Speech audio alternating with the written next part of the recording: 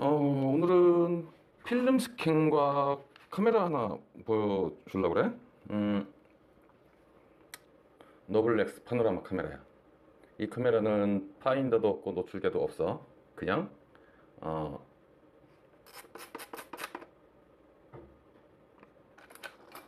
찍으면 이렇게 되지. 렌즈가 회전하면서 찍히는 건데, 여기 보면 거리 조절계가 있어. 그리고 한쪽에는 거리 조절계, 이쪽은 거리 조절계, 이쪽은 조리개, 이렇게 돼 있지. 근데 이 카메라를 사게 된 동기가 있는데, 뭔가 좀 이렇게 우리가 촬영을 하다 보면 꼭 시야의 한계를 꼭 느끼거든. 근데 넓게 찍고 싶은 거야, 아주 넓게. 근데 파노라마가 보통 찍히는 게 146도 정도인데, 나는 그 이상을 찍고 싶었던 거지. 그 이상 더 넓게, 145도보다 더 넓게. 근데 그게 가능할까? 근데 내 생각에는 이렇게 찍으면 가능할 것 같은데? 라는 생각이 들었던 거야. 여기 145도란 말이야. 근데 한 컷 안에 180도 이상을 찍고 싶었어. 그게 가능할까? 필름 스캔하면서 보여줄게. 그리고 필름 스캔하는 방법, 그런 거 너 특별하지 않아. 근데 어쨌든 필름 스캔하는 거 보여주면서 이 필름에 찍힌 요 이미지들 얼마나 넓게 찍혔나, 필름으로 얼마나 넓게 더 찍을 수 있는가 라는 걸 한번 보여주겠어. 그리고 사실 뭐 항상 느끼는 거지만, 한계라는 거는 내 안에 있는 거야. 내 스스로가 정하는 거고.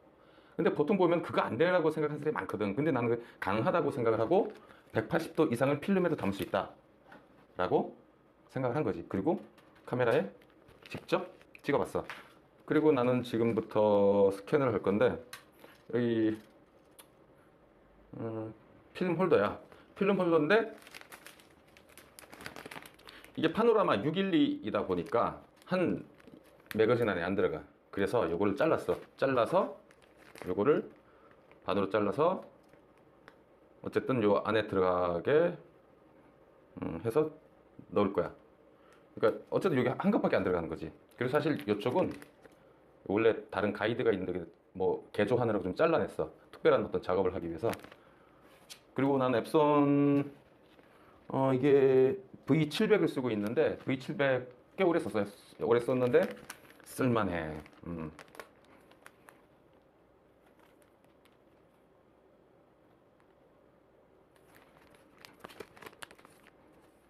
요거를 스캔할 거야. 요걸 스캔할 건데 어떻게 되나 한번 보자.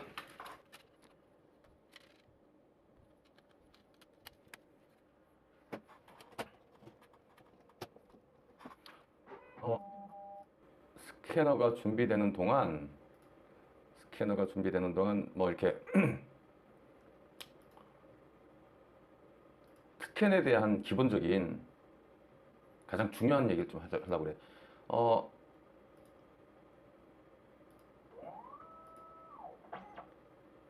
필름 스캔할 때 가장 중요한 거는, 프린트 할 때도 똑같은데, 일단 무조건 내 화면에 보이는 사진의 채도, 색도, 밝기, 기타 등등 하고 프린트된 결과물하고 화면하고 정확하게 일치를 해야 돼.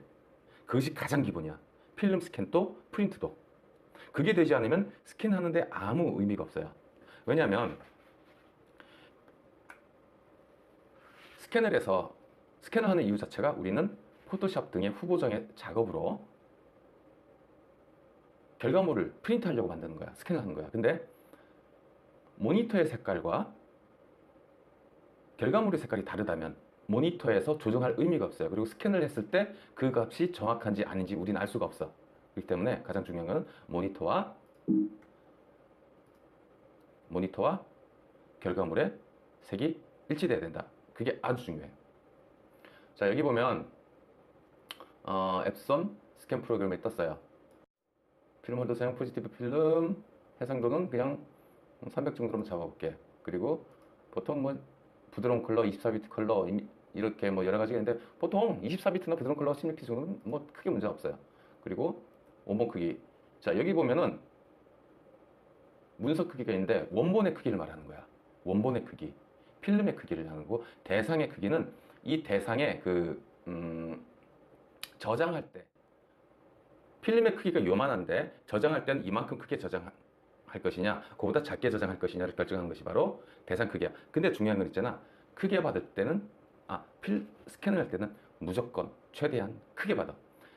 그리고 크게 받아서 문제가 될 것은 없는데 작게 받으면 항상 문제가 돼. 그리고 가장 기본적인 게 있잖아. 작업을 스캔을 하기 이전에 나는 이 결과물을 출력을 몇 cm 몇 cm 또는 몇 인치 몇 인치로 결과물을 출력할 거야라는 걸 미리 계산해 두면 가장 좋고 그 크기에 맞게 스캔을 해서 보면은 원본 그러니까 출력물과 스캔본의 크기가 동일하면은 작업이 편한데 만약에 작게 스캔을 해서 크게 출력을 하려면 반드시 문제가 생겨요. 근데 크게 스캔을 해서 작게 생기는 문제가 안 생긴다는 거지. 근데 내가 추천하고 싶은 것은 무조건 출력물과 스캔 받은 데이터가 같은 크기였으면 좋겠다는 거야. 그랬을 때 만약에 크게 했을 때의 채도와 농도 그리고 그 느낌이 다르고 작게 했을 때 느낌이 달라. 근데 가급적이면은 출력물과 원본이 같은 크기로 스캔을 받으면 좋겠다라는 것이지. 근데 그것이 아닐 경우에는 일단은 가장 크게 받아서 작업을 한 것이 좋은데 이것이 색을 만진다거나 노출 작업을 할 때 노출을 다시 한번 만질 때 크기에 따라서 출력물의 크기에 따라서 채도와 색도 밝기가 느낌이 다 다르고 또 그렇기 때문에 스캔을 할 때도 그 느낌이 달라. 그래서 가장 좋은 거는 출력물과 스캔물의 저장할 대상물의 크기를 동일시하는 거. 그렇기 때문에 애초에 스캔하기 이전에 출력물의 크기를 미리 설정해 놓는 게 아주 좋을 것 같아. 나는 그냥 여기서 보여주기만 할 거니까 원본 크기로 그냥 한번 해볼게. 자, 미리 보기를 누르면 스캐너가 찍 하고 찍 돌아가지 이렇게.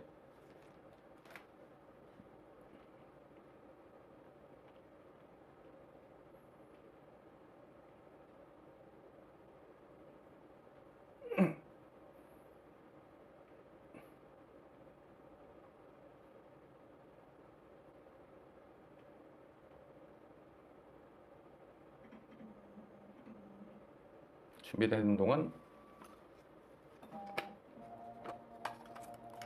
안쪽은 이렇게 생겼어.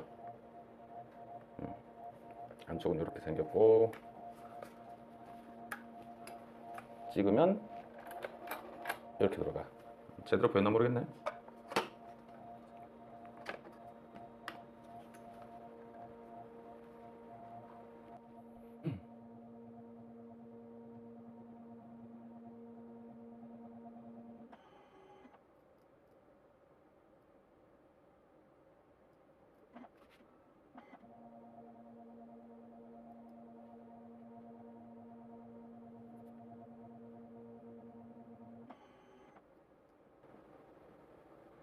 이렇게 확대를 해서 사이즈를 미세 조정해 주는 게 좋아. 그리고 상황에 따라 다르겠지만 어쩔 때는 썸네일로 보여지는 경우가 있는데 썸네일과 일반이 다른 경우는 뭐냐 하면은 보통 이제 현상소에다 맡기면 필름 스캔을 해주잖아. 필름 스캔을 할 때는 거의 썸네일로 자동으로 스캔해 주는 경우가 많아요. 근데 스캔 비용이 굉장히 싸지. 근데 어떨 땐 품질이 마음에 안 드는 경우가 있을 거야. 근데 그게 그 싼 그 가격에 그런 것까지 바라는 건 잘못된 것이고 그리고 스캔이라는 것이 아까도 말했지만 출력물하고 모니터하고 색이 일치가 돼야 돼. 그리고 보통은 스캔을 할 때 필름의 노출과 다르게 나와. 맡기면. 근데 나는 모니터에 보는 것과 필름과 출력물이 세 가지가 일치되게 가장 그걸 기본적으로 작업을 해요. 그 세 가지가 일치되는 시점에서 스캔을 해서 또는 스캔을 할 때 또는 후보정 단계에서 그것을 변환을 하겠지. 가장 기본적인 거는 출력물, 모니터, 필름 세 가지의 색 노출이 같아야 된다는 거야. 자, 이렇게 지금 선택을 했어. 선택을 하고 흐린 영역 보정 가장 기본적으로 이게 체크를 하게 돼 있고, 역광 보정 필요 없겠지? 먼지 제거 정도. 역광 보정은 좀 빛이 달라지는 거야. 역광이라 산정을 해놓고 좀 더 밝게 보여주는 거지. 그리고 컬러 보고는 필름은 색온도가 5200에서 5500 주광용 필름을 사용하기 때문에 그늘에서나 다른 상황에 찍으면 색깔이 약간 다르게 나오는 게 정상이야. 그렇게 찍히는데 그것을 색을 화이트 밸런스를 조금 잡아주는 것이 컬러 복원이고, 그레이는 사실 색과 색 사이에 어떤 그 층이 지는 게 있는데 그런 걸 감소시켜 준 것이 바로 그레인 감소야. 나는 얘를 데스크탑에 저장할 건데 일단 TIFF 파일로 저장을 할 거야. TIFF 파일로 저장을 할 거고,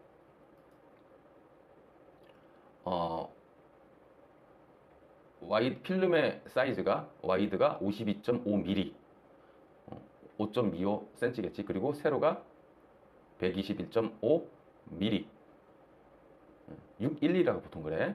612가 세로가 12cm, 가로가 5cm 나오는 거야.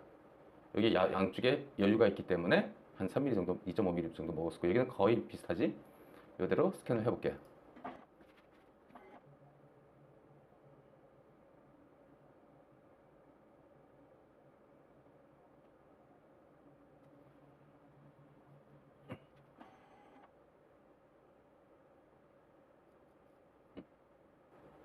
자, 한번 비교를 해볼까? 얘는 원본인데 작은 거고, 얘는 스캔본인데 큰 거야. 얘를 줄여볼까?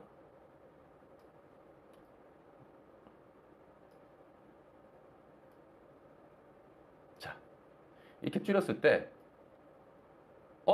야, 아까 네가 말할 때는 원본하고 수중본하고 색깔이 같아야 된다며 라고 내가 얘기했고 그렇게 따질 수 있어.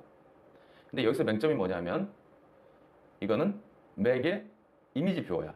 얘는 앱손의 스캔 프로그램이고, 프로그램에 따라서 다르게 보일 수도 있다는 것이, 그것도 감안을 해야 돼.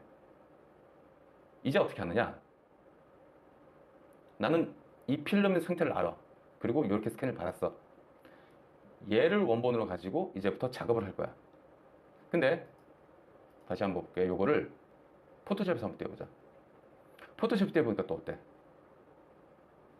얘를 어떻게 이렇게 줄이나?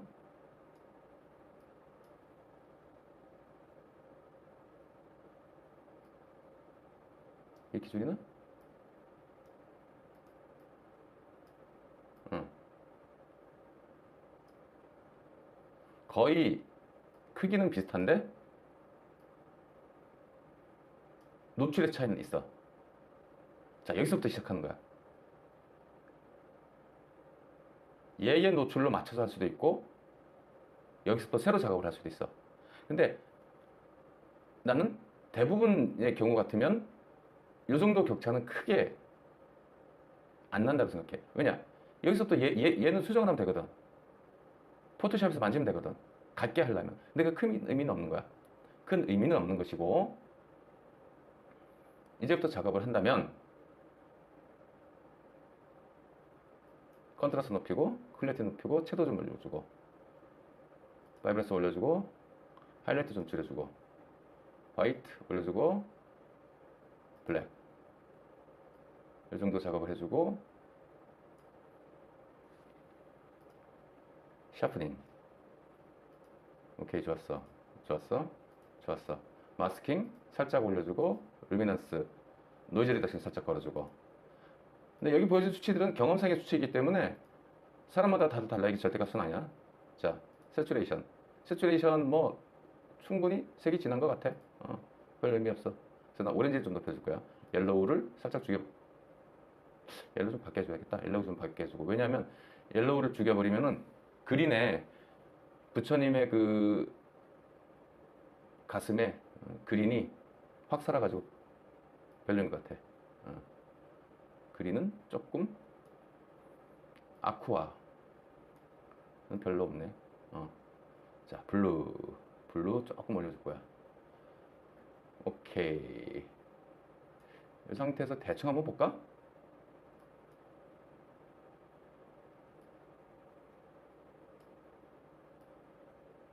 어때?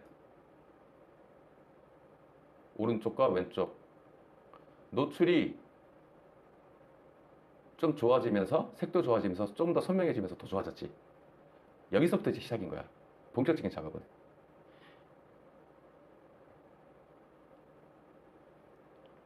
오픈 이미지 해서 여기서부터 이제 본격적인 작업을 들어가야겠지.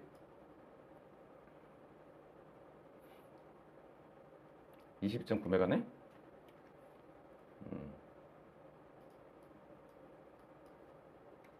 30인치로 잡아보자.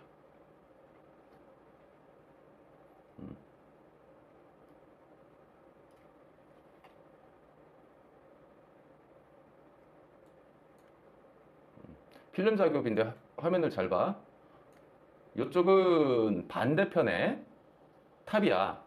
그리고 중간에 부처님이 허공에 있지.